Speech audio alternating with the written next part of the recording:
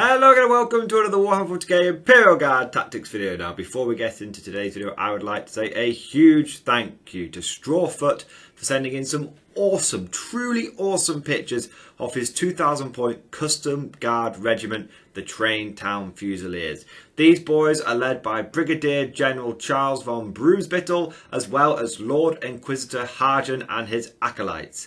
Strawfoot has been playing 40k since first edition, and it tells, because you can just the beautiful paint job on these models just speaks of a lot of skill and practice, and the old school cool models that we can see in this collection is amazing. That old school amble is fantastic. Those old school guardsmen are great.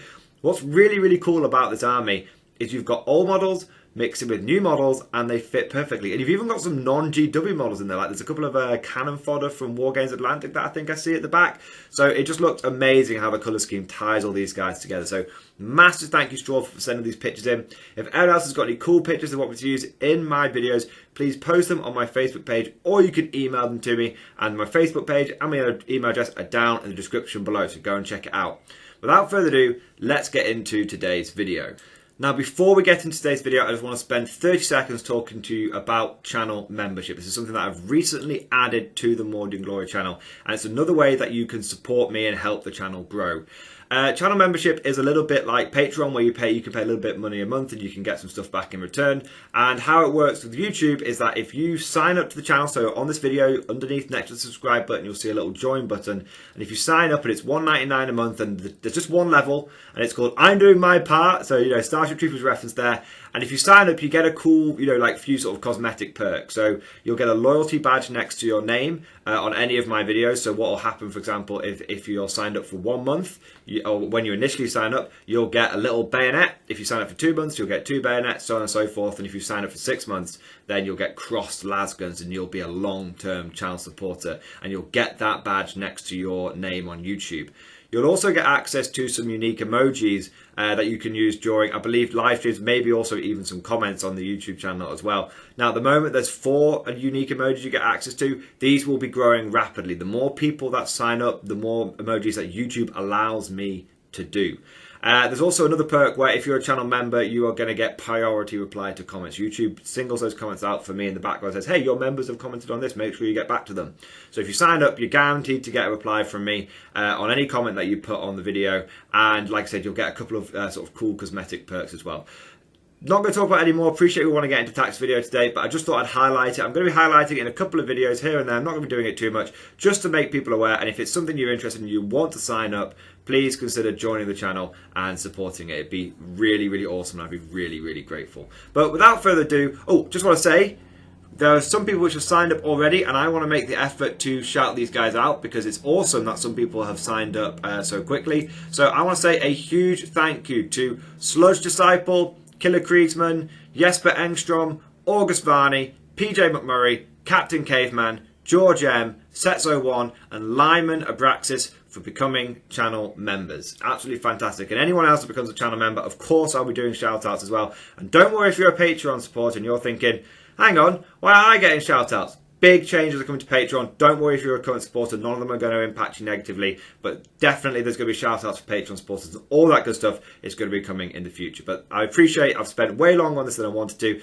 But I want to say a massive thank you to the current channel members, current Patreon supporters. But now, let's get into the video and let's get into what you're all here to see.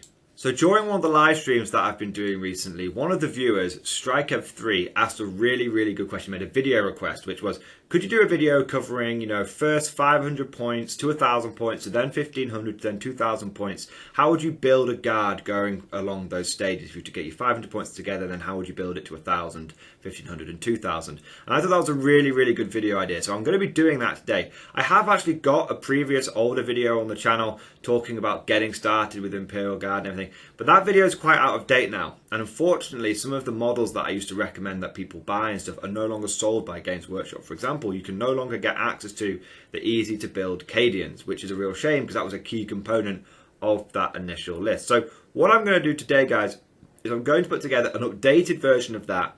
And hopefully this will be a little bit more future-proof. I am going to refer to specific boxes, but essentially I'm going to be referring to, like, this is the kind of unit composition that you want going forward when you're building up your guard army. These are the areas you want to start considering, and then I'll suggest some boxes for how to do that. But bear in mind, we won't be talking about building from specific boxes. We'll just be giving some recommendations, but how to build the core of the list, that should hopefully remain pretty relevant no matter how the additions change and whatnot. So first thing you're going to want to consider is building up to 500 points. 500 points is pretty much your smallest viable game that you can play of 40k, and in that sort of level you're going to be finding most people will be bringing things which are like a tank and a couple of squads of infantry or something like that. No matter what faction you are, that's kind of, people are going to have like a vehicle, maybe one heavy vehicle, maybe two light vehicles. That's kind of where they're going to be at. So that's sort of what you need to be taking into account when you're building a small army like this. Now, one thing to mention when you're building a small army is that, and this goes both ways, certain units can have a huge impact. So for example, for Imperial Guard, a tank commander of 500 points is an absolutely fantastic unit, one of the best ones you can get, and it's really, really impactful. So if you're building up your first 500 points, then what I would suggest you want to be looking at is you want to be leveraging sort of two key things that guards can do at such a low points level, which is you can get access to a couple of bits of pretty tough armor and still get enough infantry to take objectives and to screen out your tanks, which is really, really important.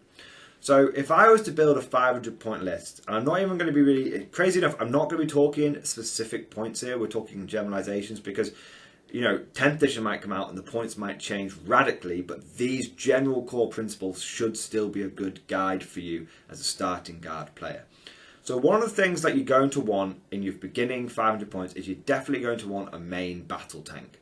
And at the time of recording, there is only one really good main battle tank that you're going to want to consider as an Imperial Guard player, which is your Leman Russ battle tank.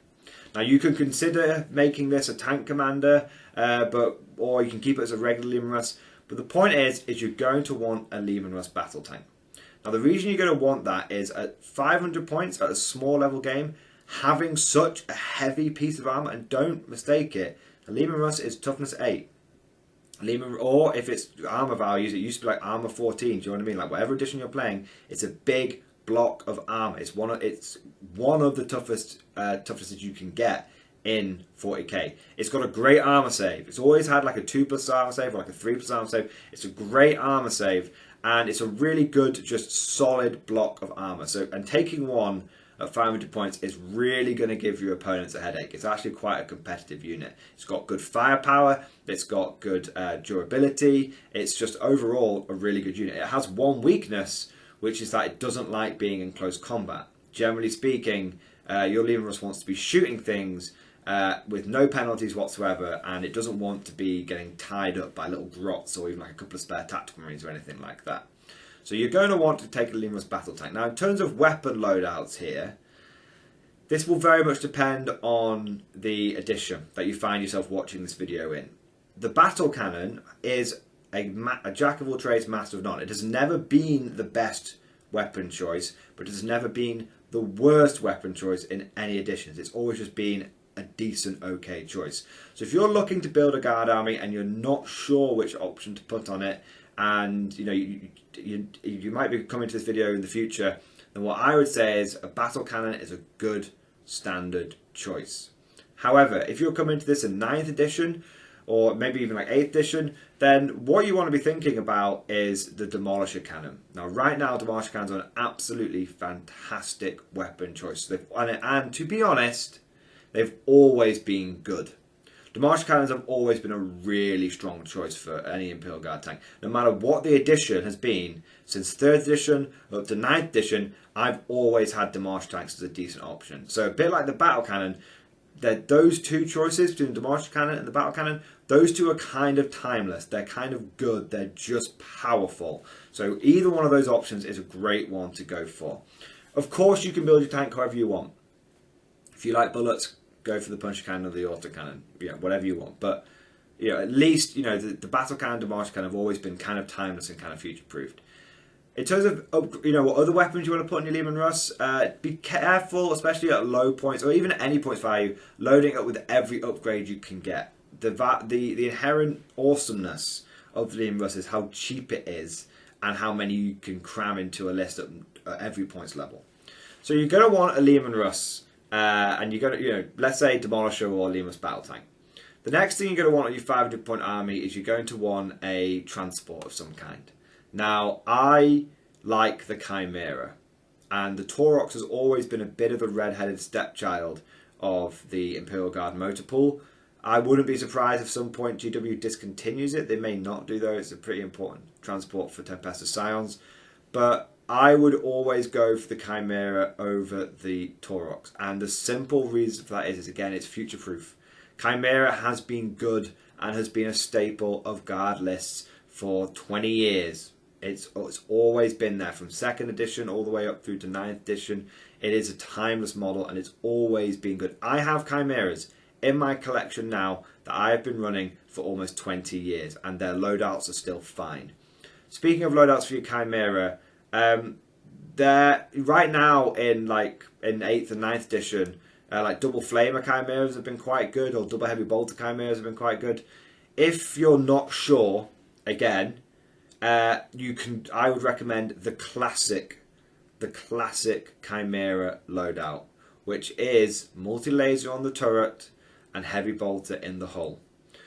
That is never going to be the best loadout, but it is never going to be the worst loadout either. It will always be an okay loadout. The multi-laser, a lot of people will argue that maybe you want to take the double heavy, the heavy bolter on the turret, but recently in 9th edition we've had things like Armour of Contempt come along, which is like a new special rule that all power armor guys get, and that's really made heavy bolters not as good as multi-lasers. So my point is that the multi-laser is never going to be your best choice. There'll always be better ones, but it's never going to be a terrible choice either. And as of recording this video right now, it is the cheapest option. So if you're taking a Leman Russ Battle Tank and you're taking a Chimera, then you're looking at 2 good pieces of armor at like 500 points, which is pretty incredible, And what you can put in that Chimera is like a command squad or some veterans or something with some decent firepower and special weapons, and it will keep them safe. So you've got transportation, you've got maneuverability, and you've got 2 pieces of dead hard armor. At this point, you're going to want to switch away from the armor at 500 points, and you're going to want to start looking at infantry. Infantry really are the key to victory in any Imperial Guard army, in any Imperial Guard list. Tanks are fantastic for winning the firefight and are also essential, but when you want to play the mission, take an objective, fortify a position, infantry are the ones that can do it. They can do Imperial Guardsmen are the ultimate jack of all trades unit. They can do a little bit of everything. You can tailor them to do almost anything. They can do combat, they can do shooting, they can hold objectives, they can run forward and screen. They're a fantastic general unit, and that's where you're going to want to be looking. For now, I would avoid things like Scions, and for now I would avoid things like Conscripts. These units take a little bit more finesse. If we're building a starter, yet decent competitive Guard army, you're going to want to be looking at Guardsmen. Now, at 500 points, if you've got a Chimera and you've got a Leman Russ Battle Tank, you're probably starting to get a little bit short on points, especially if that Leman Russ becomes a tank commander. So what you're going to want to be thinking about is about 20 to 30 infantry. If you could squeeze 30 in, that would be great. 20 to 30 infantry is where you want to be thinking. And how you equip those infantry is very difficult for me to say in a future-proof way, because Imperial Guard infantry loadouts are constantly shifting. Up until, a month ago, up until April 2022, I would have said bare bones. Bare bones is the way you want to go. Just keep them cheap, don't give them any upgrades. Now, a month later, we can take all sorts of great upgrades on our infantry squads. It's really difficult for me to say. What I would say is this. It is never... at 500 points, you want to keep your infantry in mind that they're going to be screening stuff, they're not going to be dealing damage. So if at the time of this recording you can take cheap or free upgrades on your infantry squads, then load them out with cheap and free upgrades, that's fine. If you can't do that, then just keep them at this stage with some rifles. That's fine. You don't need to go too nuts. If you want to put a flamer on there, great. If you want to put like a plasma gun or a grenade launcher, fine. If you want to give them a heavy weapon team like a heavy bolter or like a lascar or something, that's fine too. But the point is that at this point level, their job is going to be buying time to hold objectives and to screen your tank from getting tagged in combat. That's really what they're there for. So that would be and once you've done that, you're pretty much at 1,000 points. So you're going to probably need some like officers, things like a company commander or platoon commander. You're going to need an officer like that, so he can pass out orders and buffs to your infantry squads. Likewise, you might want to consider taking something like a cheap command squad with some plasma guns or melter guns in there for some good anti-tank units that can hide in the Chimera, jump out and counter-attack. So overall, to summarise, you want to be looking at one heavy transport type unit like a Chimera, one Leman-Russ battle tank, and about 20 to 30 infantry supported by an officer. And that should be roughly about 500 points. So that should be your first level. Now, if you're looking at what kits to buy, because obviously there's loads and loads of kits you can buy, if you're going down the Games Workshop route, you're going to want to consider the Cadian Defence Force box set. That comes with pretty much everything you need for a 500 point start set. If you don't want to go down the Games Workshop route, then what I would recommend is you're obviously going to need a Chimera, you're obviously going to need a Leman-Russ, and those models, they pretty much need to come from Games Workshop, okay? There are some alternatives, but if you're thinking competitive and you're thinking being allowed in tournaments and this kind of thing, you're going to want to have models that are very similar to the original Games Workshop kit. So I'd still get your Chimera, I'd still get your Leman-Russ battle tank, but you could easily get these second-hand from eBay. You could easily get them from a discount retailer for between 20 and 40% off, depending on where you go. I think Goblin Gaming and Element Games give about 20% off. I'm not affiliated with them, but Wayland Games as well gives like 20% off. So if you want to get some discount, legit Games Workshop models, consider those guys. Now, where you want to be thinking, or also for your infantry, if you're going third party, you would probably want to think of checking out War Games Atlantic. Again, I'm not affiliated with them, but they do some great sets. They do some more modern sci-fi looking infantry. They do some sort of sci-fi Napoleonic models. What I would recommend is they seem to have a really good kit at the moment, at time of recording, called the Cannon Fodder kit. That is like a brand new Guardsman kit. That's where I would get. I'd get a Chimera and a Leman-Russ and a set of Cannon Fodder infantry, and that would be my first 500 points if I was going non-Games Workshop. So that's your 500 points. That's your sort of initial starter level, and that should be a good take-all sort of comers list. Now, where would I go from here? Well, interestingly, for 1,000 points, it's quite easy. I just do the same again. I double what I had.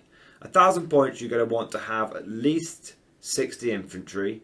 You're going to want a couple of officers to lead them. You're going to want a couple of battle tanks, and you're going to want a couple of Chimeras.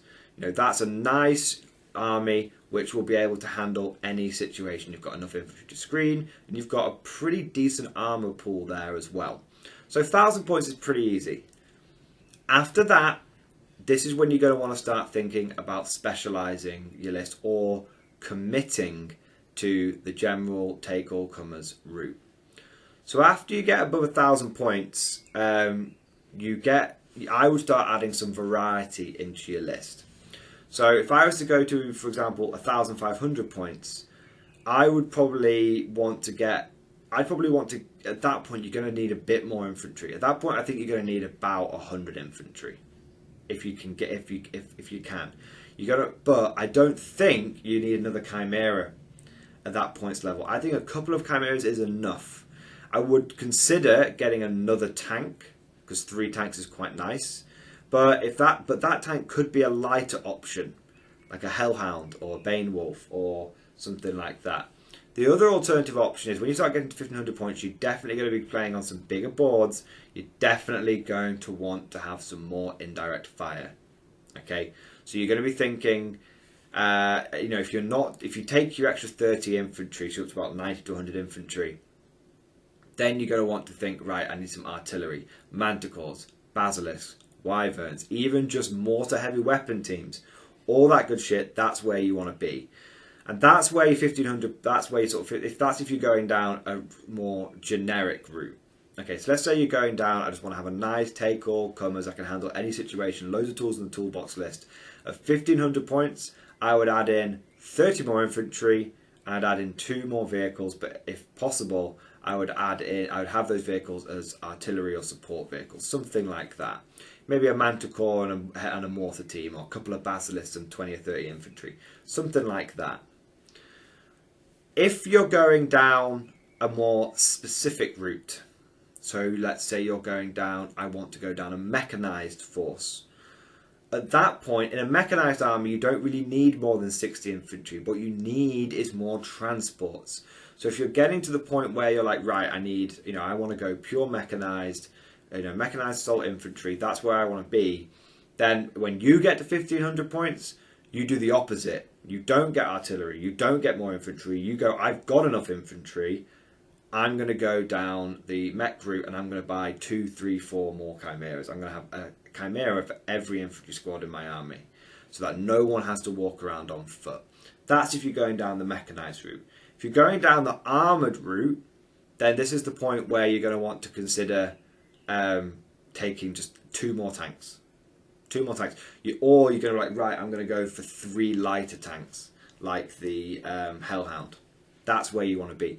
You might want to go down more of a sort of a recon route. If you're going for a more generic sort of army, you might want to consider, or more of a fast-moving sort of recon sort of army, you're going to want to consider things like Sentinels. They're a really, really good unit as well. But Sentinels are definitely more of a nice to have. The core of any guard army is chimeras, infantry, Leman-Russ battle tanks, and then artillery of your choice. That's really the core for any generic take-all-comers guard army. When you get onto 2000 points, you really need to have settled on your route. You really need to have decided the core theme of your army. Okay, so if you're going down the generic route, take-all-comers, tools in the toolbox route, if you're at 2000 points, well, you've already got about 100 infantry. That's probably enough to screen. You've already got, what, like 2 chimeras and 3 tanks and an artillery piece, so that's kind of good. When you get to sort of the last 500 points when you're building up to a 2000 point list, it's kind of season it how you want. It's put, where at this point you should have a good idea of where the gaps in your list are and what your meta, your local game scene is like. Do you face a lot of Marines? Well, we need to start bringing some anti-Marine specific shit to our list. Do you face a lot of lighter, hordy armies? Right, well, we might need to bring in a Punisher tank or a Wyvern or just more infantry.